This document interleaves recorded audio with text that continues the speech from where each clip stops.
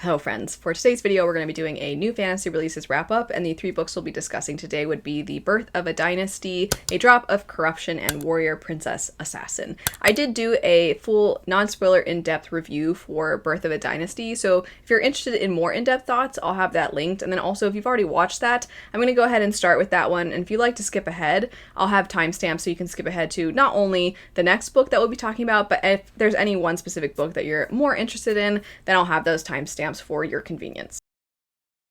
Birth of a Dynasty, though, is the first in an epic fantasy world following a large amount of characters, actually, but there are two specific characters where everything is centered around, and those characters would be Mukuru as well as Zecora.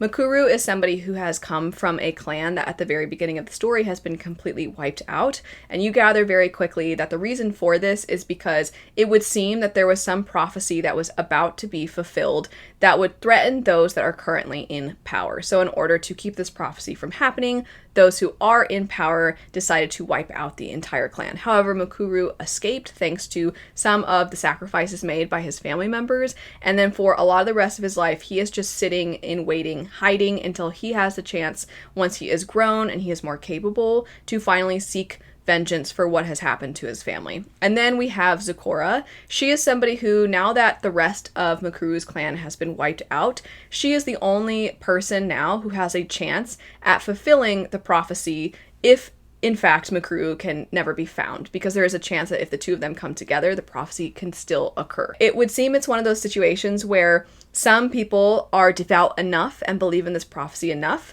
but you as the reader don't know if there's actually any validity to it. However, it's enough that other people believe it is because it puts a target on Zecora's back. She can't just be completely wiped out in the same way that Mukuru's family was, as there's just too many other people and too many other factions that have power, and if they're wiped out too, that could cause a lot of trouble. However, what the current ruling people can do is try to pull Zecora into their court so that they always have an eye on her. So on one hand, you have Mukuru's character who is trying to just lie in waiting for the perfect chance to strike, whereas Zecora is surrounded, you could say, by a nest of vipers, and she's just trying to navigate this very, very challenging and dangerous political setting. As noted, these are not the only perspectives that you get. These are just the ones that the majority of the perspectives are centered around. You also get a lot to do with Zecora's family, and as you're getting a little bit more about that, you're discovering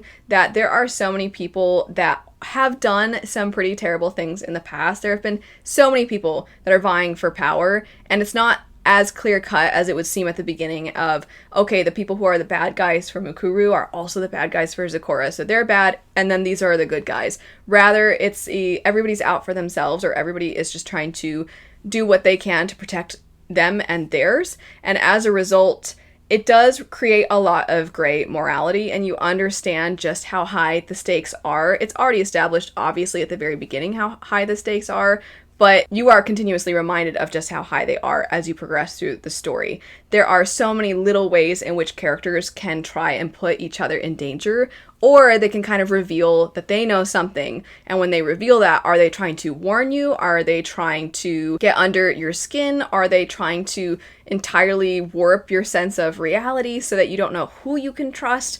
And you just never know how everybody is trying to play the game. You just know that everybody is trying to play the game. While I did enjoy the world, I do want to make clear that this isn't necessarily epic fantasy in the sense that you have this sprawling epic world and intense magic system that has set rules and limitations. There clearly is magic, but it feels more folklore based. And also, I would say that the setting is more lore heavy in what makes it epic, as opposed to the world itself feeling really, really large and vast. If you've not yet checked out Birth of a Dynasty, I think it's one of the most underhyped new releases that I have picked up this year. I thoroughly enjoyed it. I cannot wait to see what the author does next. I was gripped basically from beginning to end. Next up, we have Warrior Princess Assassin. This is absolutely a fantasy romance. So I make pretty clear when talking about any kind of story that gets marketed as fantasy romance, whether I think that it fits better in the romantasy category or fantasy romance category. And sorry to repeat this again, but just in case it is unclear what the distinctions are between those two, fantasy romance is a romance in a fantasy setting, whereas a romantasy is more of a blend between fantasy and romance. So typically, if you are somebody who's more so looking for a fantasy story, but you maybe don't mind the occasional plot line that is a little bit more romantically driven, then romantasy might be more your thing. Whereas if you're somebody who's like, I love the romance, give me all the romance, please, fantasy romance is more so probably for you. And in this story's case, absolutely it fits within fantasy romance. It is very romance driven. That is a lot of what defines the way in which our characters are developed. And I will say, we've done an entire video series before on this channel called From Readers, and the idea behind the video series is that I pose some kind of a question to all of you, and then collectively we discuss these various topics. And many times we end up discussing topics about characters, plot, all those sorts of things, and what we think makes for something that is delivered really well in a story versus maybe the things that feel been there, done that. And we have dissected before a lot to do with romantic plot lines within stories. And one of the things that I've mentioned before about if you're going to have more explicit content in your stories, I do think it's important to write it in a way that feels still like it's rooted in the characters, so as to ensure that there is something about the way it's written that represents either trauma that the characters have experienced before, or the experiences they've just had in life before. What are their personalities, and how does intimacy show something about them? Because, of course, there are things that you can do within those types of scenes that speak to a lot within the characters' lives. So all of what I have discussed about that in the past, I think was occurring in Warrior Princess Assassin. That said, it's still not exactly the book for me. So I think it's a good version of what it is. It's just not necessarily what I'm looking for. So if you are a fantasy romance fan, and if you're somebody who loves the trope of why choose, then that's probably all you really need to know about the story. If you would like additional information though, the setup is pretty much told to you in the title, Warrior Princess Assassin. You have three main characters, one of whom is a princess, and this princess is going to be married off to another person who she is very unsure about. She hates the lack of agency in her life, and she doesn't like that she basically has to do whatever the men in her life tell her to do, but at the end of the day, she is a princess, and political marriages can oftentimes equal power. She's also in a position where her marriage very much can be a make or break for her kingdom, so she realizes the significance of it. She just hates being put in this position. Her childhood best friend, who she can tell has clearly gone on to live a very difficult life and has chosen the path of an assassin, they would love to do whatever they can to try and save her from this fate. But it turns out that they, at the beginning of the story, are assigned to kill the person that the princess is supposed to marry. And then cue that person's perspective, who actually seems like a decent human being, who right away it's very clear, okay, maybe an alliance between him and the princess would actually work out. But now the princess's childhood best friend is supposed to kill him.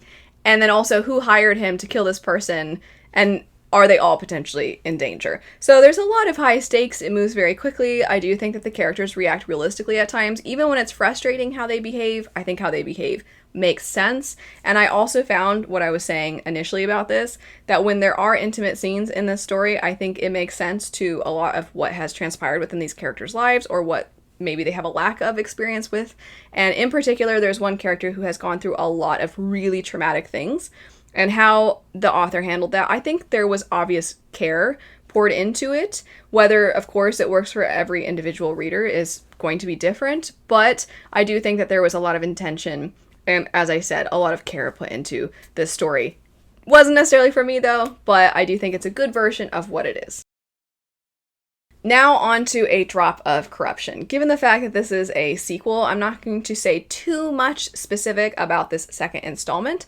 If you don't know anything about this world, though, it is kicked off with the Tainted Cup, which is contained within a world that is absolutely fascinating. The tagline for this was basically Sherlock Holmes, but in a fantasy world. And when I think myself and a lot of others picked that up, we were under the impression that it was going to be very plot-driven and that it was going to have this genre bender blender feel, but I think a lot of us were surprised just how intricate the world building turned out to be. And that was my favorite part of the first book. I loved the world. I think it's amazing. And I actually wouldn't mind if Robert Jackson Bennett decided to write other things in this world. I think it could be incredible. But I also thought that the mystery component was well paced. And I thought additionally that it provided a very good outlet for world building, because as the story is progressing and as we're navigating the mystery and basically the murder mystery detective plotline, you're also getting to know more about the world. There is a drawback to this. There's actually two, not in an objective criticism type of way, but rather just depends on the kind of reader you are. And for me, these were the things that were slight drawbacks. One, I really love a character-driven story, but because of the nature of the murder mystery plotline, the thing that is driving the story forward is the who is responsible for this, the clock is ticking, we need to find this person, and it doesn't necessarily create for a lot of moments for deep character reflection or characters having a lot of interesting conversations with each other. A lot of times you might get a little snippet of something interesting and you think, oh, what's that? I want to know more about that. But of course, the plot has to keep going, and so you don't get as much time, which is great. I mean, I do like those kinds of moments for building intrigue in the story and wanting to learn more about the characters, but at the end of the day, I want more of the characters. And so the mystery plotline, in order to be well-paced, does kind of make it so we don't have as much for the deep character reflection type of scenes that I really enjoy. The other small drawback for me is that in any kind of mystery, I actually think I prefer my mysteries to be less fantastical. Not that they can't still be within a fantasy world, and not that they can't have fantasy components, but I still really love in any kind of mystery or any kind of murder mystery type of plotline. I love when you as the reader are introduced to, here are the players on the board, and then through all of the evidence you have, you are trying to determine who is responsible for this and how did they pull it off. And the way that this story is delivered to you, I would say both in the first and the second book, you just don't have as much of an opportunity, which isn't to say there isn't foreshadowing or evidence laid out from the start, but you just kind of have to roll with it, and you have to try to just take all the information in as it's given to you. It doesn't necessarily allow for that feeling of like you're trying to figure out who the murderer is alongside the characters. You just kind of have to let them be brilliant and wow you, which certainly, given the whole idea that it's kind of like Sherlock Holmes in a fantasy world, the character of Anna is sort of like the Sherlock Holmes type character, and she truly is fascinating and interesting and eccentric, and you want to know so much more about her. And then Din is kind of the more mellow character who you could see has somewhat more of a regal way about him. He's very quiet and diligent, and you like this character quite a lot. He relays the information to his eccentric boss, and then between the two of them, they come together to try to solve these problems that turn out to have much bigger stakes than they could have ever anticipated, which I really like all of that. This is such a good version of what it is. So cool. It's still so much fun. It gives me a lot of hope as to the direction of the fantasy genre because it's doing so many intricate and interesting things. And an example of this is returning back to the world. The kind of world building that we get in this is so next to none. So the setup is that you have this place where there are these creatures known as leviathans that previously wreaked havoc on the world. They're massive, and there was just no way really that people could push back until they discovered that where leviathans die, where their bodies essentially decompose, how it affects plant life. If you learn to utilize these plant properties and in fact are able to enhance human beings with these plant properties, then you can have some amazing powers, essentially. So Din has perfect recall. He is one of our main perspectives. And a lot of other individuals have different kinds of enhancements. So for example, in the second book, you have a character who has the ability to smell things really well, hear things really well. And you have a lot of people that are involved in solving murders that have these kinds of enhancements. I did like the commentary too for Din when it comes to the fact that he doesn't really ever forget anything. That sometimes forgetting is a blessing in disguise because there are things that he wishes he could forget and things that he wishes he could let go of, but everything always feels like it's just right there at the surface. All the painful things, all the happy things, whatever it may be, all of it's right there and easily accessible to him, hence why he is coming across so stoic all the time, is because he has to hold all these emotions within him. So as I was saying, these are the kinds of things where I'm like, oh, I really want to dissect this character a little bit more. And then with Anna, you don't quite know what enhancements she's had. She seems very different from everyone else. There's a lot of intrigue with her character. Overall, I thoroughly enjoyed A Drop of Corruption. I thought it was a fantastic sequel. I thought it built upon the first book in every way that I could ask for. As noted, it's just probably not going to hit as a personal favorite for me just because of my taste versus what it is. It's not you, it's me sort of situation, but I still think it's fantastic. I still highly, highly, highly recommend it. And I think it's doing such creative and unique things with fantasy. If you're interested in checking any of these out, I'll have links in the description bar down below, and feel free to let me know your thoughts on all of these. Thanks so much for watching though. I hope you have a great rest of your day, and I'll see you later.